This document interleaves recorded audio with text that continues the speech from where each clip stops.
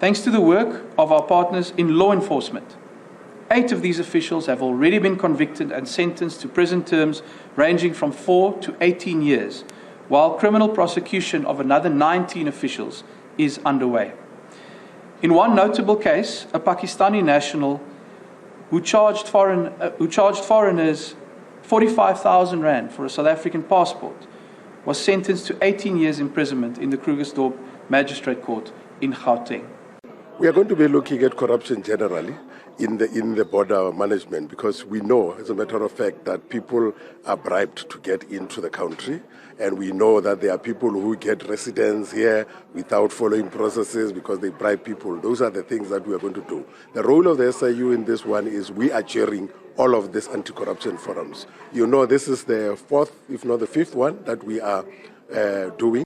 And there you can see what I mean when I say that if we allow these syndicates to take control, they start replacing the democratic state. Because how can you go and buy a passport or a document from an individual who is not even a South African? It is because the syndicate actually pushes out the mandate of the state, and we are reclaiming that mandate with every single step forward in the fight against corruption.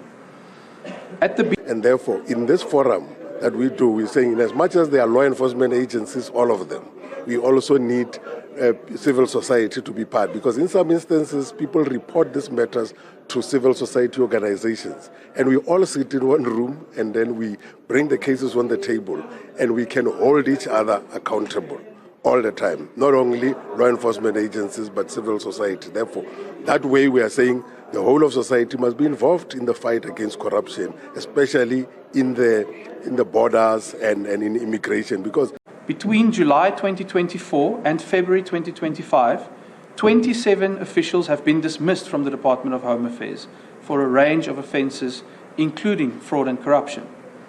We announced 18 of these dismissals in November last year, and since then another 9 officials have been dismissed. Once appeals that are currently ongoing are completed, this number is likely to increase further still. Is in January. That's a long time. I received instructions to say an end next due to time. In the month we have to do the platoon commandants. But the community leaders have also given me information that the major challenge in this area is the collection of money every month for various activities in this community. That if this thing is not tackled and arranged properly, it has the potential to create the problems that we are dealing in this community.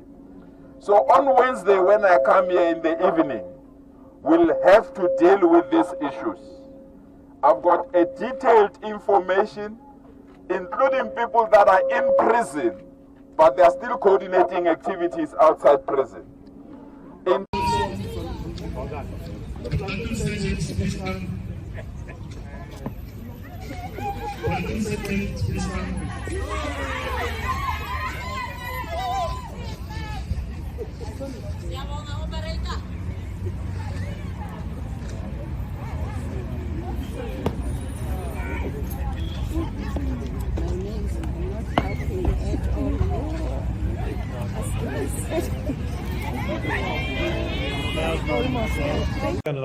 South Africa today said that it wants to have a better relationship with the United States. Are you open to that? I mean, there's been the Secretary of State aware from the G20. Are you of the view that South Africa can repart the relationship despite the criticism that's come from this building?